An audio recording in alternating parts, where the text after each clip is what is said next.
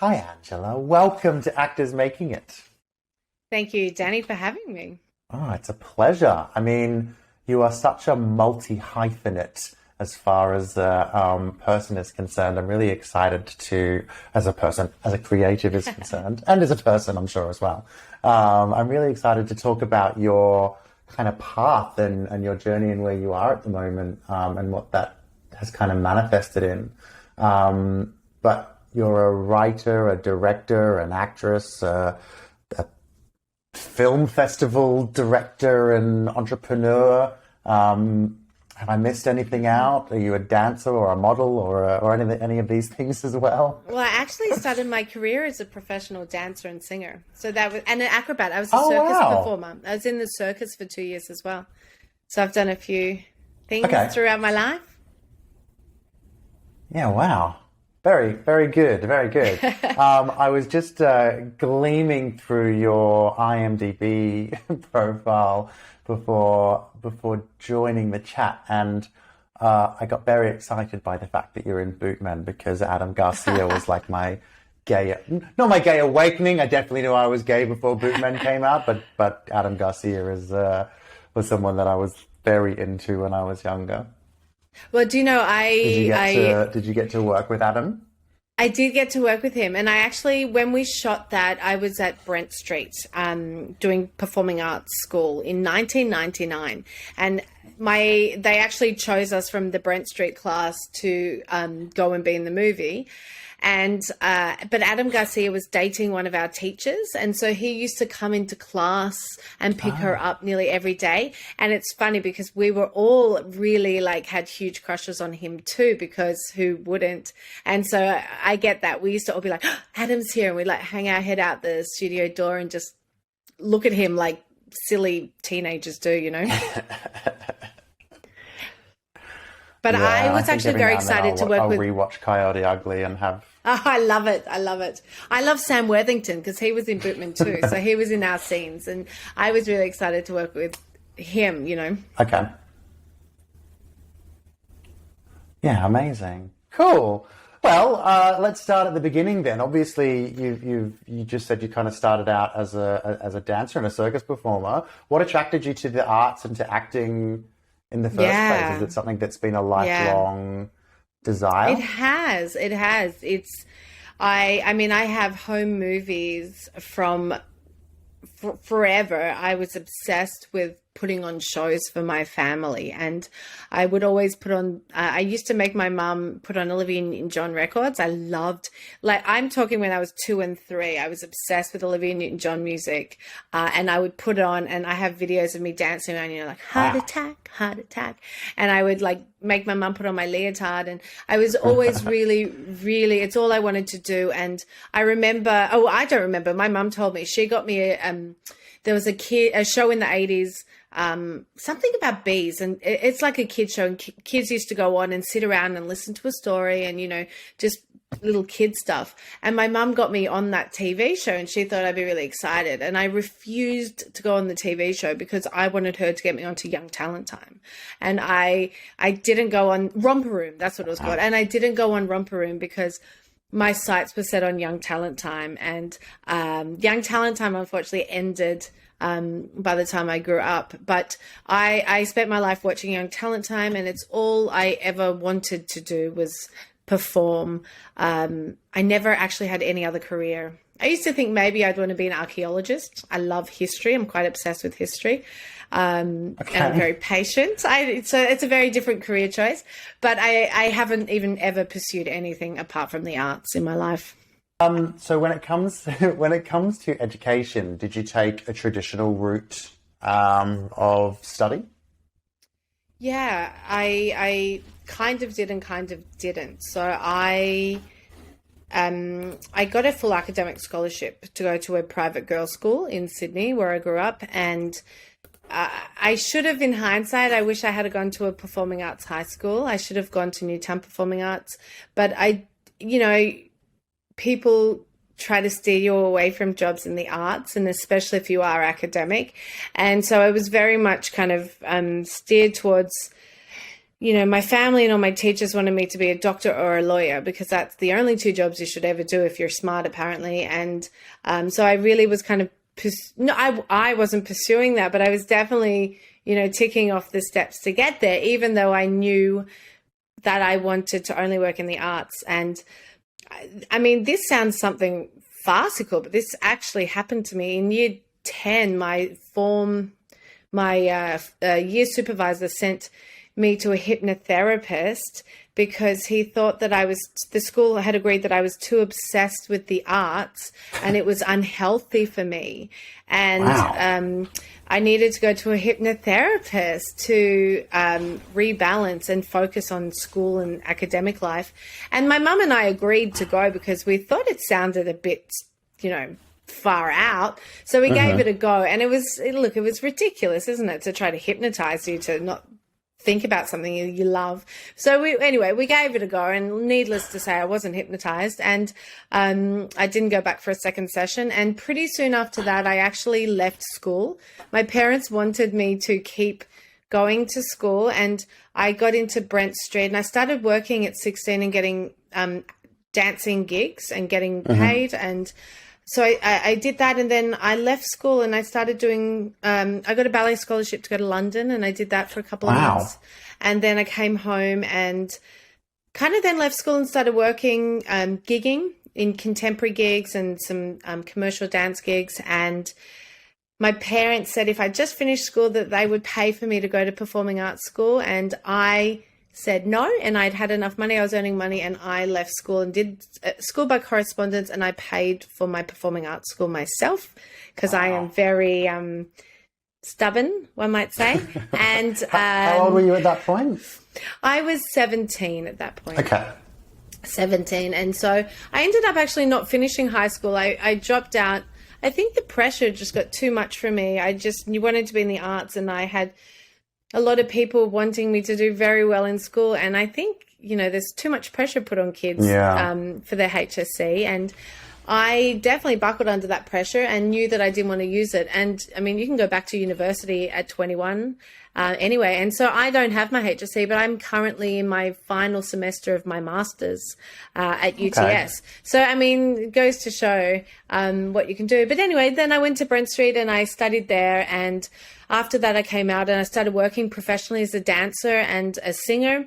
And I did lots of different gigs. And then at 30, you're getting a little older as a dancer when you're 30. I had my very first kind of bad injury at 28, I think it was 29.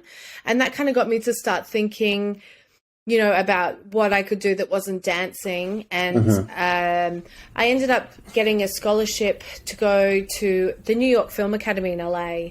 And I hadn't even thought about it. I was on a 6-month tour at that stage in a show. And I thought, it might be nice to be in one place. And I didn't ever plan to move to LA. It wasn't on my career goal. And then I ended up going, and so I did a year at the New York Film Academy, and that was where I transitioned to be an actor, and that was studying acting for film.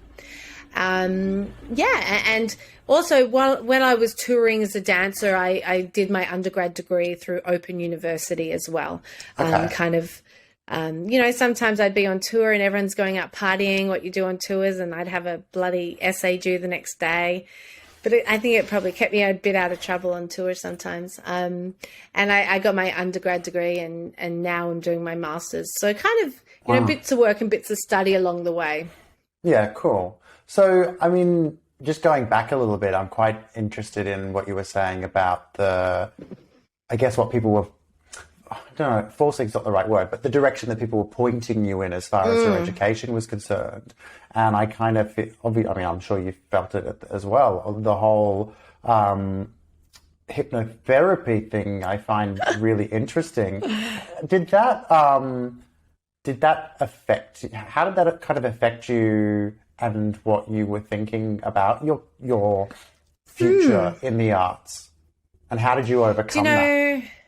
Yeah, I think what it did was, it really actually made me 100% no, all I wanted to do was work in the arts. I think it had the opposite effect to what my school wanted, because if there's one thing, it's, you know, nobody puts baby in a corner. And I think that very much is me. And they tried to put me in a corner, so I rebelled double and actually ended up leaving school pretty soon after, which was not what they intended at all. And that, it really solidified to me that I wanted to work in the arts and prove people wrong.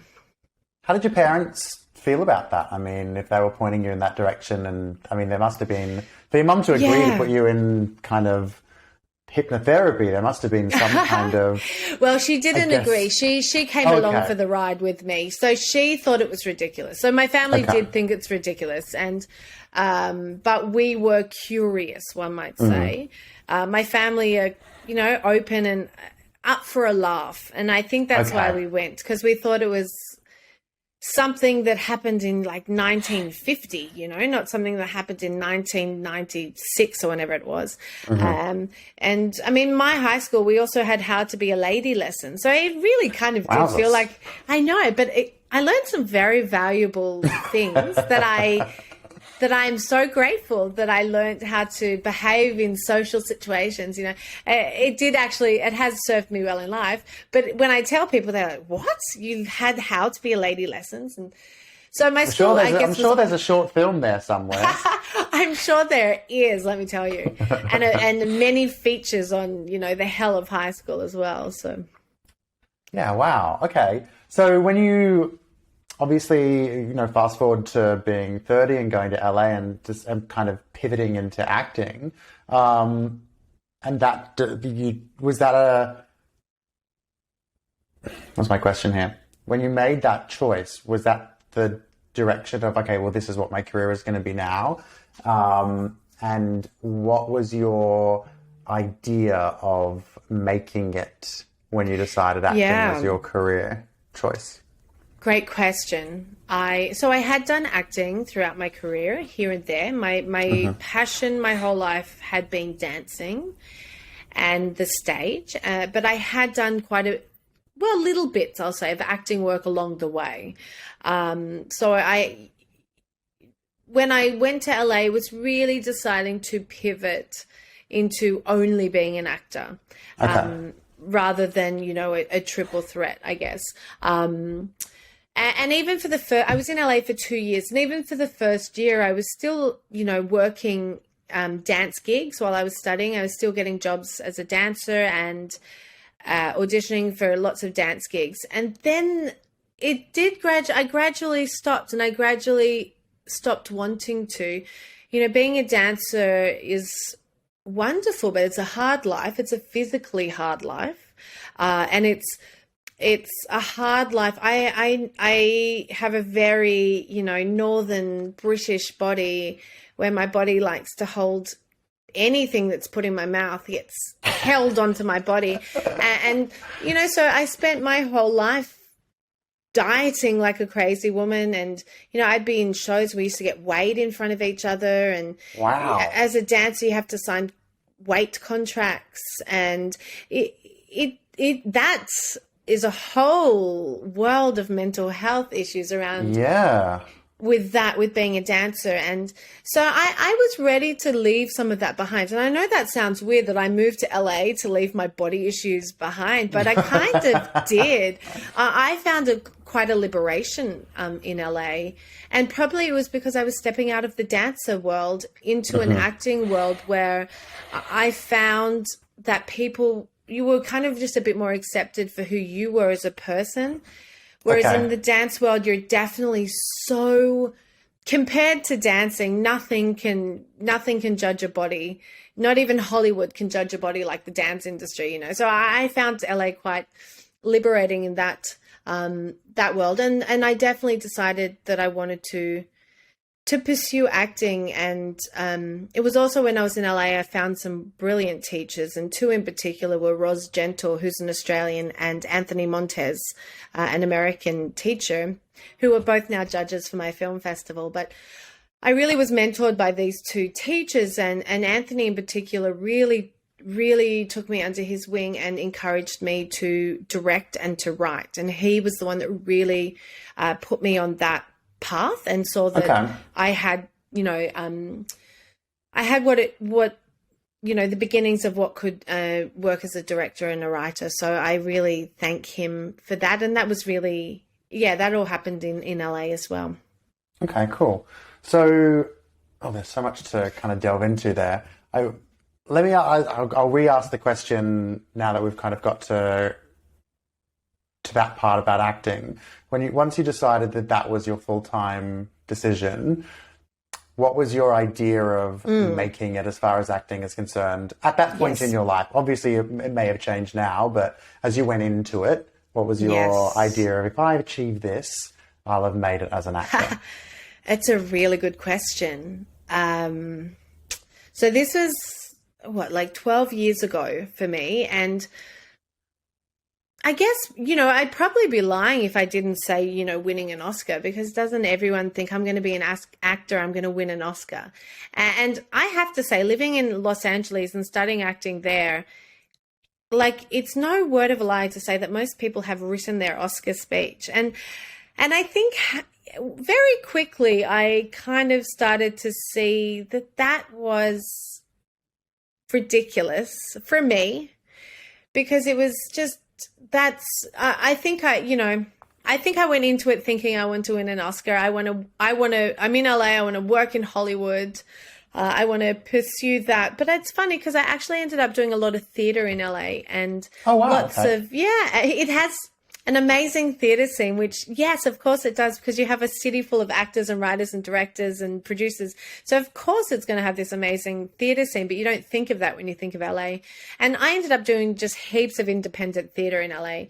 And I really loved that. And I think the thing I really loved most about working in the arts, apart from being on stage and that feeling, equal to that for me is being around people like me, being around creatives and actors, and just the camaraderie backstage, and in the rehearsal room. And that's what I really, really love. And so I just wanted to keep doing that. And so even though I wanted to make it and win an Oscar, that wasn't a dream I held on to for long, because realities sank in and I grasped reality.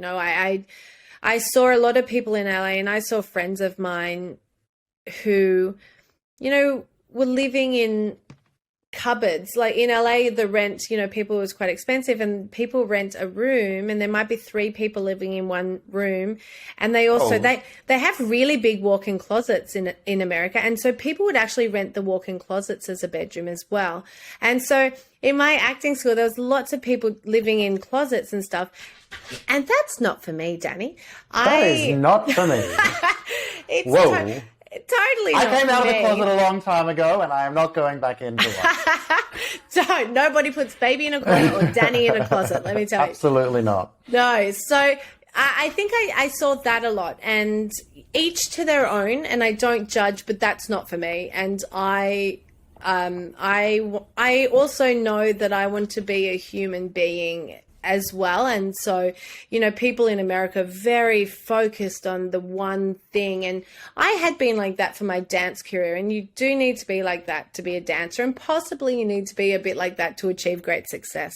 I'm still deciding if that's true. But I did decide very early, there that I wanted to be a balanced human, and being a creative was my job. And it is who I am, but it's not all of me. Sure. Okay.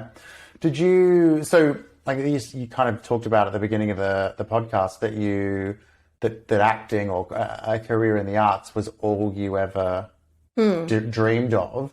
But as we know, making money in the arts is not really the reality a lot of the time. While you were dancing and while you were working in LA and doing theatre productions, have you also been supplementing your acting career with different types of jobs? I definitely have. Wouldn't it be lovely if I didn't have to? I definitely have. So when I was very young, I was really quite obsessed with earning as much money as I could.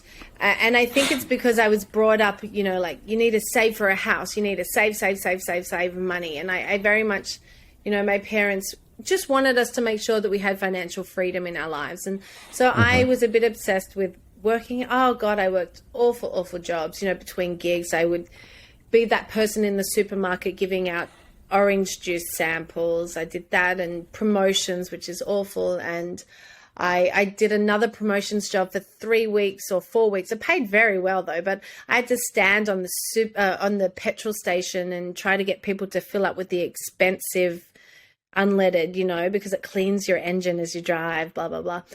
So I did lots of stuff like that. But then as I got older, I decided I needed to do jobs I love. So I was very lucky. I actually got a job as an usher at the Opera House in Sydney. And so I did that for 10 years. And so in between gigs, I would just be watching shows 5 or 6 nights a week, just watching shows, and then going out, probably spending nearly all my money at the opera bar afterwards with everyone. As you do when you're a night gig. And that was perfect. I did, you know, night times, and my days were free to audition and do classes. And then I also have done a couple of other, I've taught actually. I got my first teaching gig at 13. So I've been a teacher my whole career. And so I taught from 13 years old, I've been teaching. And so that's been my big steady income. And, you know, teaching can pay quite well once you build the experience. And I love that. So I did that. I taught dancing, and now I teach filmmaking. And I also, I did some gigs. I worked as a Captain Starlight for 2 years out at Westmead Children's Hospital. And that was one of my most favorite gigs I've ever done. And so I did that. I imagine that would be quite rewarding. It was. I've never cried so much in my whole life. But I had about a 50-minute drive home. And so I would spend that 50 minutes kind of just crying nearly every day. And I needed that time just to, you know, because when you're a Captain Starlight, you are, you know, you're happy, you're acting, you're trying to distract. And for anyone that doesn't know, it's working with sick children and dying children in hospital, and you're kind of entertaining them in the rooms, and then sometimes you're going to their rooms in the different wards, and you're entertaining them as they're going through procedures and treatments. And a lot of the other captains, you know, if things were too hard, you wouldn't do it. But I would go into the burns ward, which is one of the worst. And, you know, as they're having their bandages removed, they're screaming in pain, and it's really, really awful. And then we'd be putting on shows and being happy, you know, and then you'd walk out and you're like, you've just been like so happy for them, but, you know, taking in everything that you're seeing. So I'd cry the whole way home. And then I'd go to the Opera House at nighttime. I was working there at night. And then, you know, people would come up to me and be like, there's no programs left. This is not good enough. I paid $200 for my opera ticket. I was like, oh my God, you have no idea what I've been like seeing all day, you know? And so I started to get a bit rude to some of the people, and I was like, oh, I'm going to get fired. Miraculously, I didn't somehow. And I also worked at I've kind of started really pursuing jobs where I can use my arts in charity situations. So I then worked at the Wayside Chapel for 9 years with working with homeless people and drug addicts and people living with mental health issues. And I taught filmmaking and acting there, and we put on lots of plays and films, and they're interesting and wonderful, let me tell you that. And I now currently I'm a smartphone filmmaking teacher for Bus Stop Films. So we teach filmmaking to people with physical and mental disabilities, intellectual disabilities, with the aim to work in the industry as well afterwards. So I think I've always pursued, my big passion is using the arts and what I do to kind of change the world in a way. In a non-wanky way. That might sound wanky, but from the heart, that's what I want to do. I know you mean. Well, it definitely sounds like you've reached a point, at least within your career, as far as supplementing paid acting work, to be at least working in stuff that still fills you with some form of joy at the same time, which is fantastic. When you were starting out, excuse me, do you feel that that you had to make sacrifices around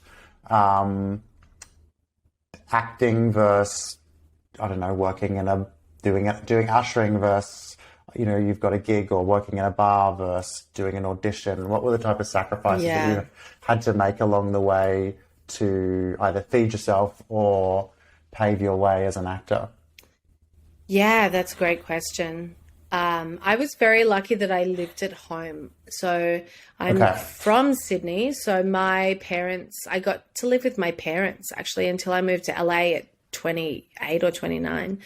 I toured a lot. So between tours, I always had a bedroom. So I never had to pay rent. My parents didn't even charge me rent.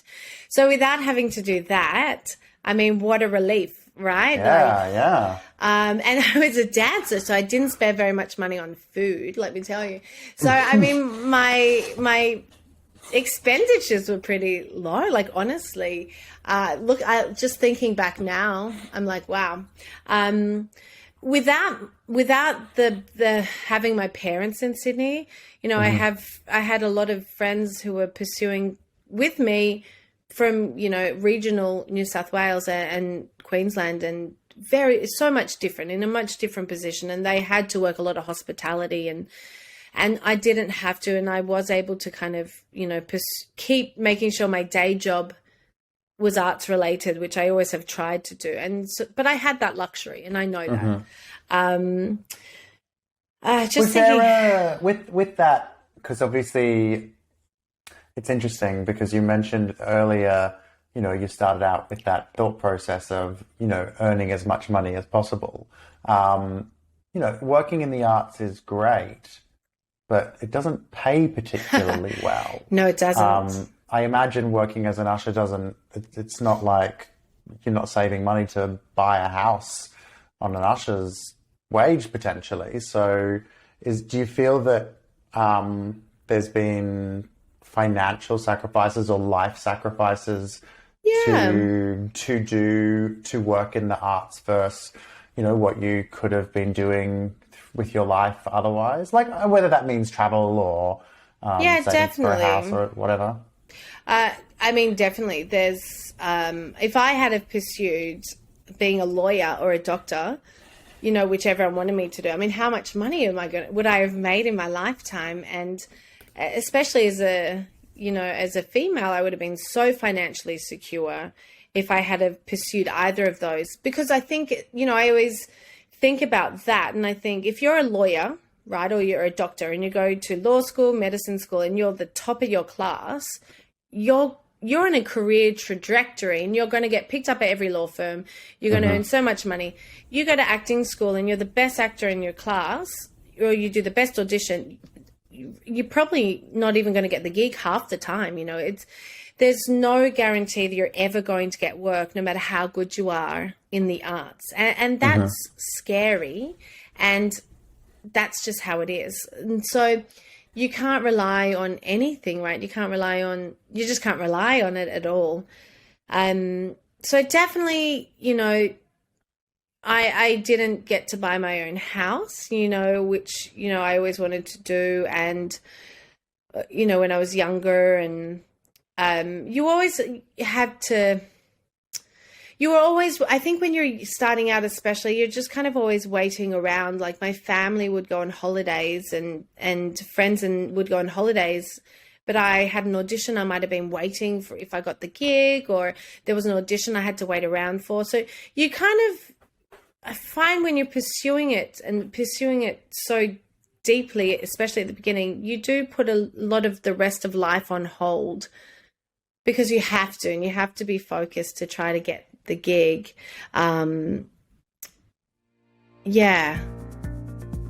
As you know, over the past few years, self-tapes have become the norm, and they are being used by more and more industry professionals to cast all sorts of productions. I've personally recorded self-tapes for theatre and TV and film and commercials, and it makes life easier for casting as they can see more options. But what isn't easy for us actors is finding someone to read for us in the moment that we need them. That's where We Audition comes in. We Audition is an online video chat community where you can call someone that has marked themselves available and they will read for you for your audition. You can use We Audition to rehearse, film, or just ask questions that may help your audition. Last year I had an actor contact me who had never drank alcohol, who just wanted to know how to play drunk. You can sign up to We Audition to be a reader yourself. I log into We Audition most days and I just leave it on, and people call and I accept, and I help them with their auditions. So you can earn a little extra cash doing that, and you can just meet some great people. I even helped one of the main cast of Morning Wars tape an audition towards the end of last year. Look, it's a great platform, and if you're going to sign up to be a reader, it basically pays for itself. So if you want to sign up to be a reader on We Audition, you can get 25% off using the Actors Making It discount code MAKINGIT. So just go to www.weaudition.com and use the code MAKINGIT when you sign up. Look, I'm not going to profess to tell you obviously how you feel, but I'm getting a sense from the conversation and from your experience that all of that stuff hasn't really mattered as much to you, because ultimately what you want to be doing is working in the arts, and that is what fuels you and what is your passion. So Yes. It probably hasn't seemed like as much of a sacrifice because you're doing what you love. Yeah, I think that's right. I think I've not ever thought about that, but I think you have said it spot on. I think really, I was brought up, I think about my upbringing. I was brought up in, middle upper class Australia. I, was on an academic scholarship. I never went hungry. I never, anything I ever wanted, my parents could give me, within reason. So I had a privileged upbringing, compared to most people in the world. And so I could have done anything I wanted really in life. And so I chose to work in the arts. And yeah, if I really wanted to pursue money, anyone can, I could have, and I still could if I really wanted to. It's not too late, maybe. But I chose it 100%, and it's all I ever wanted to do. And I actually am so glad that I did, because it takes courage and conviction to pursue a career in the arts. And I'm 40. And so to still be working in the arts at 40 years old, I'm really proud of myself, because so many people I went to performing arts school with, aren't in the arts anymore, and that's fine. But I am. And for me, that's, I haven't achieved everything I wanted to achieve in my life. And I've done so many things I never thought I would ever, it was on my plan, but that's my life. And, I'm happy with how it's turned out. And I'm happy that, I'm still here and still plugging away, because it does take courage, for all of us. It does. And I think you kind of touched on something really interesting there about, the fact that you're still in the performing arts industry or in the creative space after all of this time, and having friends that have dropped off. And the reason I think that's interesting is kind of one of the reasons why I started this podcast in the first place, because most people, when they decide I'm going to be an actor, have that big grandiose dream of having an Oscar speech and being a name and earning millions of dollars. And then when they're not reaching that after 2 or 3 years, it's like, well, what's the point? And people don't really stick with it, or have then they're not necessarily doing it for the right reasons. And I think that's right. I mean, it's all the rejection too, isn't it? It's just constantly being rejected but it's not all even, the time. But it's not even rejection, is it? Because you don't technically ever get rejected. You just have something go into the ether and never hear back. Well, no, as a dancer, let me tell you, you get severe rejections.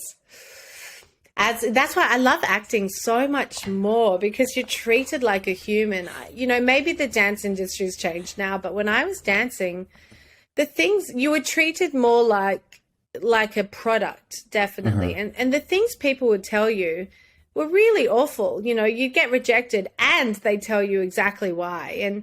And I remember I moved to acting and I was like, wow, everyone is so nice to me, you know, wow. And you get rejected, but it's so much nicer rejection. But it's still just, you know, rejection, isn't it? Just, you know, and then you get a gig like, wow. But God, you got to be made of steel. How do you keep motivated then in the midst of all of that rejection? I mean, obviously you love the industry, and I get that. But it takes a strong person, and it takes like from a mental health perspective, it can be very damaging. How do you keep motivated to continue pursuing this career? Yeah, how do I? I am I don't know. Maybe a bit of insanity. I have always been extremely optimistic, so I'm a very positive person, like, to begin with. You know, I remember on one basketball camp I went on when I was a kid, they gave me the nickname Happy, like straight away. I've always just been very happy and very optimistic. And that baseline mental health level has definitely helped me where I am.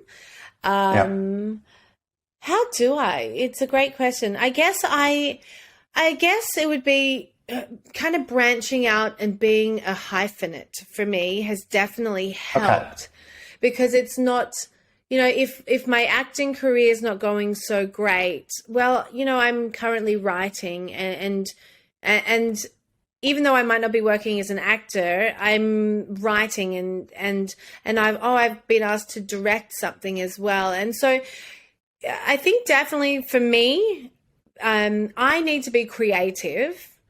And as long as I'm being creative, I'm happy, as long as I have a creative output. So I've always, even when I was dancing, and that's why I would be on tour. And even when I was on tour, I was studying because I needed, and I did my undergrad degree in communications, journalism, and screenwriting. So I was writing all the time. And as long as I'm creative, I'm happy. And that's what I need to do to be happy. And I've always written poetry since I was a kid.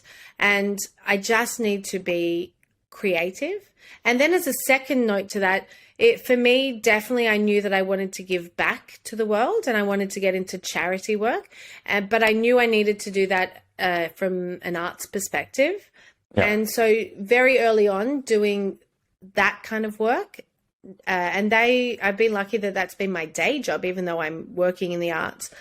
That has nourished my soul in even deeper ways than I thought it could. So those two things have very much kept me still happy to this day. Amazing. So let's talk about the multi-hyphenate part of your career then. So you had some wonderful mentors that kind of directed you down that directing. That's not the right word. down the directing and writing route, and now you are you've founded an amazing film festival, annual film festival. So talk to me a little bit about how you've got to that part of your journey. Yeah. God, I never thought I'd have a film festival. So strange. So I moved to LA to be an actor, to study acting. And really at that stage, I'd been touring for a good 8 or 9 years as a dancer and a singer. And I really hadn't spent much time in Sydney. And so the idea of being in one place for a certain period of time really is what took me to LA more than anything. And the fact that actually for a little bit there, I kept saying no to things, and I actually was turning gigs down, and I was saying no. And then I was called out by someone very close to me. And then it made me go like I hadn't quite realized I was blocking a lot of opportunities that were coming my way. And so it was really lovely to have that, thrown in my face. And so I said yes to LA because I actually had written to them and said, no, I don't want it. I'm not coming. And then I was like, oh, I say no to everything. And so I said yes, and I went, and it was awesome. I had a great time. And so it was there when I was pursuing. So really, Anthony Montez, I was invited to a kind of a class that he put on for just invited students, an extra class. And it was in that class that he said, he was a huge advocate. And at that time in America, it was a very big thing where you couldn't just be an actor. You had to be a creator. And don't sit and wait for other people to give you work. You have to create your own work while you're waiting. And that was a very big thing in LA when I was there. I think everyone in Australia is like that now too. But at that time, we weren't in Australia. And so for me, my mind was just opened up like, wow, I can do all of this. And, Americans are like, you can do it. You can do anything. And to a degree, I believe in that because not everyone can do everything. But I loved the idea of that encouragement. And so Anthony, started to get me to direct some of the pieces in class and some of the other actors. I was given permission to direct the other actors and give notes. And so I started to do that. And then we started writing plays together, and I would produce and direct those in LA in little black box theaters, and we put on plays. And Anthony, after 2 years in LA, I came home, and he really had instilled in me, and LA had instilled in me this sense of taking my career, by the balls, so to say, and being the master of my career. And so I came home with that fire in my belly, and I actually I was like, I need to keep directing. So Short and Sweet was looking for directors. So I put my hand up, and I got this amazing play from a playwright, Adele Shelley in Melbourne. And I auditioned actors. And one of the actors that auditioned was Alison Crew, who now is my business partner at SF3. And so we started, the play was amazing. We started winning the rounds, and we made it all the way through to the gala finals. And we were in back then, the emerging section. So we had many rounds to get to the gala. And so it took about 3 or 4 months to get to that gala final. And so we were doing many rounds, and we kind of were watching very closely how everything was being run. And, we thought what Short and Sweet has going for it is that it gives everyone a chance to be in the theatre. Whether you're a playwright, a director, or a writer, whether you've done a million plays or none, if you want to give it a go, you can. Or if you're a professional and you're between gigs, you can do it. And we loved that idea. And we were like, well, there's nothing like this in Australia for film. There's no one, where do people in the film industry get to do anything? And then I said, yeah, when I was in LA, I'd only been back for about 6 weeks or something. And I said, people are just starting to film on their phones in LA. And I had actually just filmed a short documentary in LA on my phone for my journalism degree. I had gone and was doing this interview with homeless war veterans in LA. And I had a Sony DSLR camera, and it overheated. And it took me about 2 months to set up these interviews with these top people at the Veterans Affairs, and it overheated. And I had just bought an iPhone 2 days before, thank goodness. And I pulled out my iPhone, and I finished my whole documentary on the iPhone. I had no idea this was like my career now. And then I said to her, people in LA are just doing things on their phones, and I just did something on my phone. And so anyway, we put those two ideas together, and that's how we started the film festival. So I think, I hadn't thought I'm going to start my own film festival, but I knew I wanted to do something. And I'd been given that fire in my belly from LA and from Anthony to come home and create something of my own while I waited, for acting gigs. And yeah, I think I wanted to do my own business, and I wanted to be a bit of a boss lady, and this was my chance, and I think, you're given chances in life, and you meet the right people, and a lot of the times that you don't follow through with it. And so I also knew I'd been saying no to a lot of things. So I was like, yes, let's do this. Amazing. And how long have you been going now? Yeah, so it took us 2 years to launch, of building between our gigs, our full-time jobs and gigs, and we're in our 8th year. So we're just into our 8th season this year. Okay, amazing. And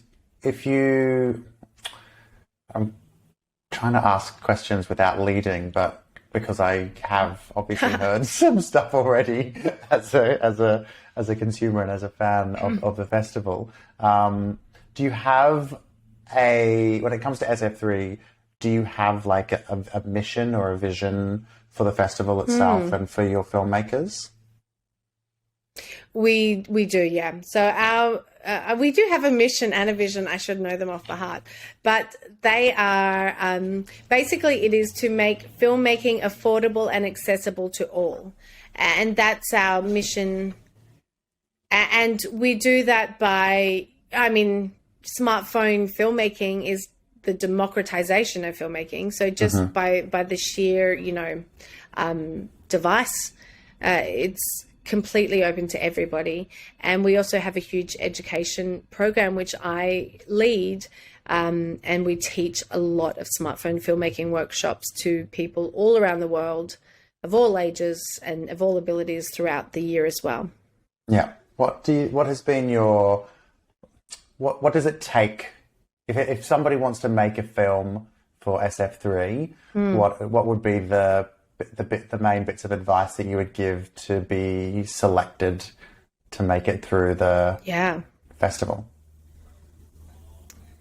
Well, as you would know, Danny, from you were in my class a week or two ago, number one is story.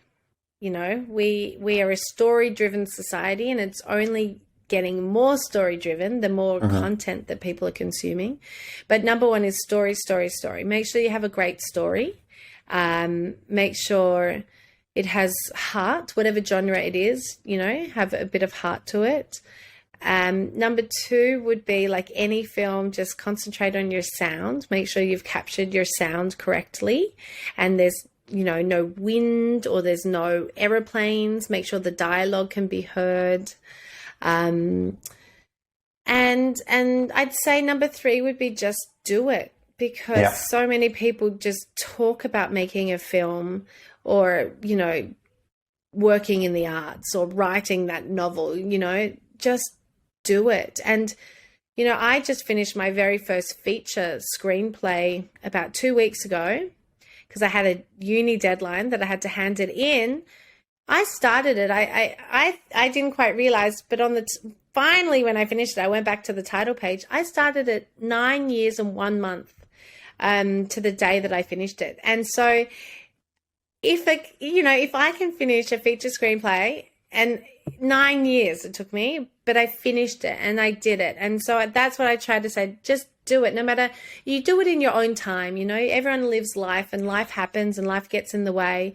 But if you want to do something, just do it, but do it in your time. Don't pressure yourself with timelines and, because people could easily get disheartened. Oh, it's been too long. I can't finish my film. You can just do it. Yeah, I think just do it is a very good motto to have for a lot of things, especially in acting. I think, especially when it comes to making your own stuff, a lot of acting is hurry up and wait. So yes, mostly to have the ability to make something easy and cost effectively and give yourself content and put yourself out there, I think is obviously become a lot more easier now with mobile phones. And it's great that something like SF3 is there to showcase that. Now, I know the deadline, if anybody wants to submit anything, is the 1st of August at the moment, which obviously it is, but we are going to... I'm just changing my light over here. My light ran out of batteries. I'll put my phone light on. There we go. All good. We are going to extend our deadline. So I will be announcing it in the next few weeks. It's going to be September 1st. And if anyone, I'll just do a little plug here, but if anyone doesn't have a story, we have a partnership with Spineless Wonders, who are a Sydney publishing house of microfiction. So I have 30 microfictions on my website. If you go under About on our site and then you go down, there's a microfiction tab, and I have 30 microfiction stories there, 300 words or less. I mean, there's your story. You don't even, you just got to adapt that into your screenplay, ready to go. So you can pick any of those and make a film on any of those. And we also are just about to finish I'm just talking with Chicken and Chips Casting, who are one of our sponsors, and we're doing it's going to be quite exciting. It's a new kind of thing that we're doing this year for the first time. I think we're going to launch it soon, where if you have a script, you can submit it by the end, early July or something. We haven't worked out timelines. And then they're going to go through the script and they're going to help you cast it. So they're going to pick the best script and they're going to help you cast your film. And they want to get more, they've been our sponsors since the very beginning, one of our biggest sponsors, and they want to get a bit more hands-on with the films and the filmmakers. So we're working out something really exciting. So get your script, and I'm going to be doing a call out soon for those scripts. We've never called out for a script, so this is our first time. Okay. And then it'll go through the casting process with Chicken and Chips, one of the top casting directors in Australia. So that's really exciting too. Yeah, that is exciting and amazing. Is that something? Obviously, one of the big things within independent filmmaking is having to pay actors, or paying actors tends to not happen very often. Is that something that would be a constraint with working with Chicken and Chips? That's a really great question that it is so new, like it's like all in theory. So Sure. I haven't even worked out any nitty gritty like that. Okay. Yeah, I actually don't know exactly. I will ask Chicken and Chips's how they like to work. Obviously, us at SF3 and me working as an independent actor, I'm very used to not getting paid or getting paid sometimes, So Yeah. I do projects where even when I do projects, I sometimes pay and most often, can't. So obviously from my side, that's fine. But I will, that will all be worked out. I'm sure. Danny, thank you for bringing that up. Well, it's more like, anyway, like when I'm, as an actor, if my agent is sending me something from a casting agency, my expectation is that job would be paid. So that's why I guess I asked the question. But also I found out something this week that I didn't know that now concerns me for my own film. So I'm very lucky for the film that I'm producing. Everybody has agreed to volunteer their time and work for free. However, I have started, as you know, a fundraising drive to raise money to pay all cast and crew. That I'm intending to use only 10% towards editing costs and whatever else. All other costs will come out of my own pocket, but 90% of that fundraising is to pay cast and crew because we always go unpaid.